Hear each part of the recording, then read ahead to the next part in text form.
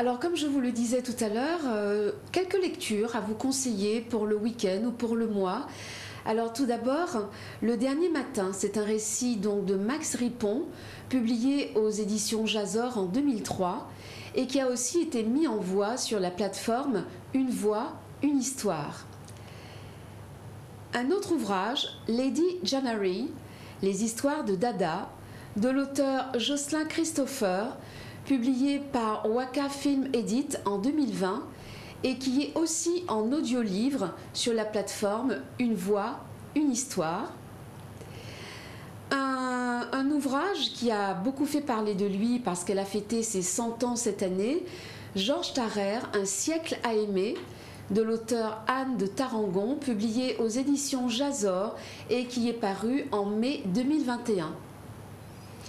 Un ouvrage qui s'intitule Du haut de l'autre bord, d'une auteure guadeloupéenne mais qui vit depuis fort longtemps maintenant aux États-Unis, mais qui est de passage depuis quelque temps en Guadeloupe, depuis le confinement. Donc Du haut de l'autre bord de Marie-Laetitia Camboulin, publié aux éditions Ibis Rouge et qui est paru en 2021. Je crois qu'elle avait déjà sorti un premier ouvrage qui s'appelle La Cour, enfin je ne voudrais pas dire de bêtises, j'ai un petit peu oublié. Et enfin un dernier ouvrage que je vous recommande de l'auteure Céline Bernabé, Coucou, le tome 1, publié aux éditions Jet d'encre et paru en 2021, plus précisément en août 2021. L'émission s'enrichit d'une nouvelle rubrique, la minute du lecteur ou de la lectrice. En quoi consiste cette nouvelle rubrique? Alors je me dis que s'il y a des auteurs, c'est qu'il y a des lecteurs. Et c'est vrai que c'est bien d'entendre les auteurs parler de leurs ouvrages, mais je me suis dit, mais ce serait aussi bien que les lecteurs puissent nous donner leurs ressentis, leurs émotions face à ce qu'ils ont lu ou écouté. Et là, nous allons écouter donc Marie-Claire Cusset, qui va nous donner donc son avis sur le recueil donc de Follagadette, son dernier recueil qui s'intitule Cahier d'un retour à moi-même.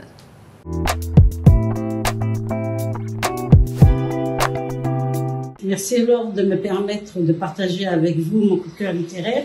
C'est le recueil de poésie de Steve Follagadette, Cahier d'un retour à moi-même, que j'ai découvert sur la plateforme Une Voix, une Histoire. Cet ouvrage se divise en 4 parties composées chacune de 15 poèmes. Une véritable surprise, il n'y a pas d'autre mot.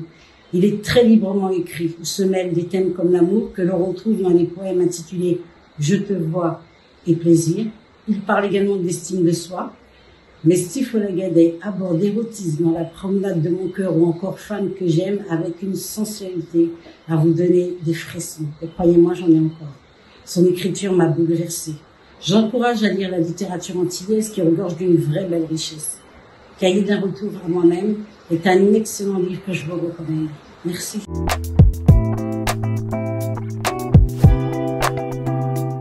Alors pour pouvoir continuer à donner votre avis ou vos ressentis sur les livres que vous lisez ou ceux que vous écoutez, vous pouvez donc m'envoyer vos différentes vidéos à l'adresse mail suivante lauretarer@gmail.com. Vous vous enregistrez 2 à 3 minutes maximum et dans cette vidéo, vous nous expliquez le texte qui vous aura marqué. Vous pouvez même lire un passage qui aura retenu votre attention et c'est avec plaisir que nous allons diffuser vos ressentis parce qu'il faut aussi que les auteurs puissent entendre ce que vous pensez de ce qu'ils écrivent. Nous allons maintenant passer à la rubrique Une page se tourne, silence ça tourne, animée par la charmante Alix.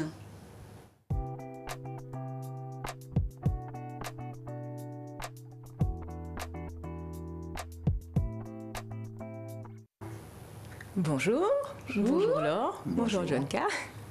Donc aujourd'hui, je vais vous proposer de parler de l'adaptation d'un roman de Catherine Stockett qui a été publié en 2010, La couleur des sentiments. Donc la version originale s'appelle The Help. Le roman mêle sur 600 pages, donc c'est un roman de tension et comédie dans le contexte de la ségrégation raciale aux États-Unis dans les années 60 et s'organise autour de 3 personnages féminins qui se différencient par leur couleur de peau, leur âge et leur fonction sociale.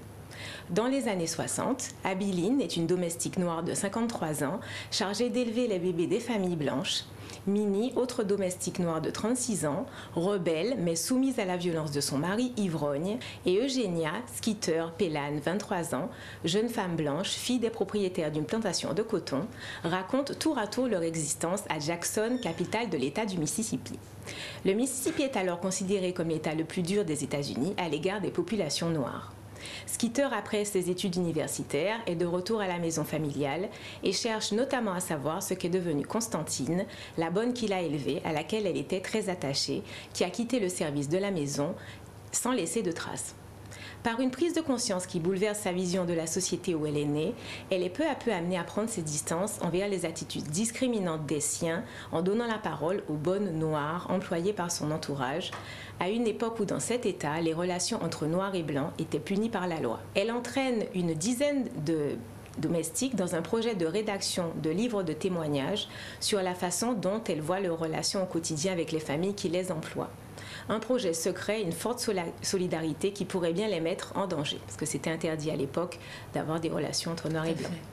La couleur des sentiments est le premier roman de Kathryn Stockett. C'est une écrivaine américaine. Elle est née en 1969 à Jackson, cœur de l'action de son livre, dont elle débute la rédaction en 2001 et y travaille pendant 5 ans. Il est refusé par près de 60 agents littéraires sur une période de 3 ans. Donc c'est très compliqué pour elle d'être publiée, avant d'être publiée au début de l'année 2009 par Amy et Nord Books. À sa sortie, The Help se vend 1 million d'exemplaires aux États-Unis, donc c'est une très bonne sortie. Il figure pendant plus de 100 semaines dans la liste des best-sellers du New York Times. En 2011, les ventes de la version reliée atteignent les 3 millions d'exemplaires. La réédition en livre de poche est repoussée par l'éditeur en raison du succès de la version reliée. Et au final, The Help est l'unique roman vendu à 1 million d'exemplaires à la fois en 2009 et 2010. Le roman est finalement réédité en livre de poche en avril 2011. En août de la même année, les ventes totales, donc toutes les éditions confondues, sont estimées à 7 millions d'exemplaires.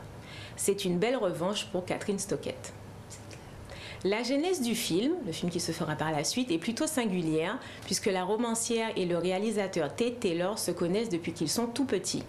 Ils ont grandi dans la même ville du Mississippi et ont été élevés tous les deux par une nounou noire à l'époque. Donc les deux amis sont restés proches et la romancière lui confie son manuscrit avant la parution. Donc, il l'aime tellement qu'il s'engage à adapter l'histoire pour le grand écran et se met aussitôt au travail. À l'époque, il n'est pas un réalisateur connu, donc lui débute dans le milieu. Alors il va commencer par essayer de trouver un réalisateur qui a les reins un peu plus solides et qui pourra présenter l'histoire à des distributeurs et des producteurs. Pour ça, il frappe à la porte de Chris Columbus, qui est le réalisateur d'Harry Potter, par la suite à l'École des sorciers, et à l'époque, il a déjà fait Maman, j'ai raté l'avion. Oui. Donc malgré ce soutien de poids, il a pourtant quelqu'un qui s'y connaît dans le milieu, il n'est pas au bout de ses peines, parce que nombre de studios refusent de produire le film. Ça prend quelques mois et DreamWorks Studios se décide finalement à le produire. Donc il a l'argent, il peut réaliser son film. La qualité de son scénario donc, est logiquement la première pierre de la franche réussite de La couleur des sentiments. Le scénario livre un récit d'une force incroyable en contant sans aucun temps mort le destin de femmes ordinaires qui vont avec une candeur touchante poser la première pierre qui conduira à un changement de société comme il s'en produit rarement dans l'histoire d'une nation tout entière. L'incroyable force des réflexions menées au travers du combat silencieux de ces 3 femmes, osant dépasser l'ordre établi, au-delà de la qualité intrinsèque de leur écriture, provient également du casting, on s'en souvient, qui les sert et qui est tout simplement impeccable. C'est vrai. Donc pour le casting, on a Emma Stone, qui débute à l'époque, qui interprète Skeeter, la jeune femme blanche récemment diplômée de l'université, qui voudrait devenir écrivaine. Elle est hors norme et totalement différente des autres membres de sa communauté. Elle ne cherche pas désespérément à se marier, comme beaucoup de ses amis de l'époque. Elle n'envisage pas de rester chez elle et de fonder une famille. Elle voudrait écrire, et pour ça, il lui faut une idée. Donc elle a l'idée d'un livre sur les domestiques du Mississippi, qui est doublement motivée par son ambition professionnelle. Elle espère vivre de son art et son souci de revanche personnelle, puisque vous vous souvenez que sa bonne a été renvoyée par ses parents sans explication et elle voudrait bien savoir ce qui s'est passé. Viola Davis, donc on connaît bien maintenant, tient le rôle d'Abiline. C'est une servante qui a tragiquement perdu son fils et qui continue malgré ce drame à élever les enfants des autres. Depuis, elle est totalement repliée sur elle-même et elle voit sa vie totalement chamboulée par Skeeter qui lui offre l'opportunité de reprendre confiance en elle en se retrouvant un but. Son histoire comme personnage bouleverse littéralement le spectateur comme cela se produit rarement au cinéma. Elle a une interprétation fantastique et elle aura plusieurs prix par la suite pour cela. On se souvient aussi de Minnie, qui est jouée par Octavia Spencer. Elle aussi est une servante, elle est plus jeune, un peu plus dynamique, un peu moins abîmée par la vie à l'époque. Et comme Abiline, elle est très douée pour la cuisine, mais contrairement à elle, elle est très culottée. Donc elle tient tête à énormément de personnes, en particulier ses patrons. Elle paye d'ailleurs au prix fort son insolence par l'application d'une double peine. Elle perd finalement son travail et elle sera battue pour ce motif par son mari, qui est alcoolique et qui la bat régulièrement. Deuxième à répondre présente auprès de Skeeter, elle apporte au projet un humour subtil, offrant par ricochet au film des moments plus légers, lui permettant de ne jamais sombrer dans le registre du larmoyant facile. Donc elle, c'est un peu la touche, elle a toujours une blague, elle est toujours de bonne humeur, malgré une vie qui est quand même très difficile. Il y a aussi Illy, Bryce Dallas Howard, qui assure pour sa part le rôle de méchante de service. Donc elle, on s'en souvient tous très bien, c'est une bourgeoise provinciale qui tient d'une main de fer la communauté des femmes blanches de la ville. Elle est manipulatrice, autoritaire et cruelle. Elle se débarrasse sans état d'âme de tout ce qui est susceptible de la gêner dans sa quête du pouvoir social, de sa bonne à sa mère. Son personnage est à des titres jubilatoires quand elle parvient à se faire haïr du public. Donc c'est un personnage dont on se souvient parce qu'elle est détestable à tous les niveaux, du début à la fin. Elle subira d'ailleurs une vengeance savoureuse et méritée de la part de Minnie, avec une tarte au chocolat qu'elle regrettera amèrement d'avoir mangée. Donc elle va un peu regretter sa gourmandise. Ce qui frappe dans cette peinture de la société américaine, c'est d'abord et avant tout le poids de l'héritage. Alors même que les jeunes filles blanches sont le plus souvent élevées par des nounous noirs, qui leur apportent bien plus d'amour que leur propre mère, occupées, elles, exclusivement à tenir leur rang social, une fois parvenues à l'âge adulte, donc mère et épouse à leur tour, leur réflexe conditionné est de reproduire une ségrégation identique, oubliant toute l'affection prodiguée par ces femmes. Une chose différencie totalement le livre du film. En revanche, dans le long métrage, c'est Skeeter, donc joué par Emma Stone, qui narre toute l'histoire, alors que dans la version manuscrite, la narration est chorale. Donc les chapitres, ils sont racontés par Abiline, Minnie et Skeeter, chacune ayant son chapitre. C'est sur ce point que se basent les critiques qui reprochent au long métrage de modifier l'histoire en donnant le rôle de libératrice à une blanche, alors que dans la réalité, les Noirs américains se sont battus seuls. Ainsi, les Incorruptibles, en reprenant le communiqué de l'Association of Black Women Historians, dit « The Help contrefait, ignore et banalise l'expérience des travailleurs domestiques noirs ». Au final, le film n'est pas une histoire de millions de travailleurs noirs, mais le récit de l'émancipation d'une femme blanche. Viola Davis, qui est l'une des actrices principales, regrette à certains niveaux d'avoir participé au film. Elle dit « Il m'a semblé qu'au bout du compte, ce n'étaient pas les voix des domestiques qu'on entendait. Je connais Abiline, je connais Minnie, elles sont ma mère, elles sont ma grand-mère. Et ce dont je suis sûre, c'est que si on veut faire un film dans lequel le postulat principal est de comprendre ce que cela faisait de travailler pour des Blancs et d'élever leurs enfants en 1963, j'ai envie d'entendre ce que ça faisait vraiment. Je n'ai jamais entendu ça au cours de ce film. » Malgré la polémique, aux États-Unis, le film fait un bon parcours, donc qui démarre à la première place du box-office en première semaine, position qui gardera pendant les 3 semaines suivantes. En janvier 2012, le film totalise 170 millions de dollars au box-office. À l'international, par contre, il ne fait que 36 millions. Donc c'est un peu considéré comme une histoire américaine, plus que comme une histoire internationale. Finalement, il rapportera 217 millions de dollars de recettes mondiales. C'est très bien parce qu'il n'en avait coûté que 25 millions à ses producteurs. Donc c'est quand même une réussite financière. En France, La couleur des sentiments n'a pas suscité l'enthousiasme des foules. Il a fait 650 000 entrées, donc c'est pas non plus un échec commercial, même si c'est pas un grand succès hollywoodien comme ils en ont l'habitude. Donc voilà, ma rubrique se termine et je reviens vers toi alors. Nous te remercions, Alix, c'était vraiment fort passionnant, comme d'habitude. Effectivement, ce film et ce livre, en effet, ce n'est pas du tout la même histoire. Et une fois de plus, on se retrouve très souvent à avoir des histoires où ceux qui sont concernés donc en première ligne se retrouvent finalement à avoir un rôle minoré. Voilà. Nous te remercions beaucoup, Alix. Je me retourne vers Jonka Martel, notre invité fil rouge, comme j'aime à dire.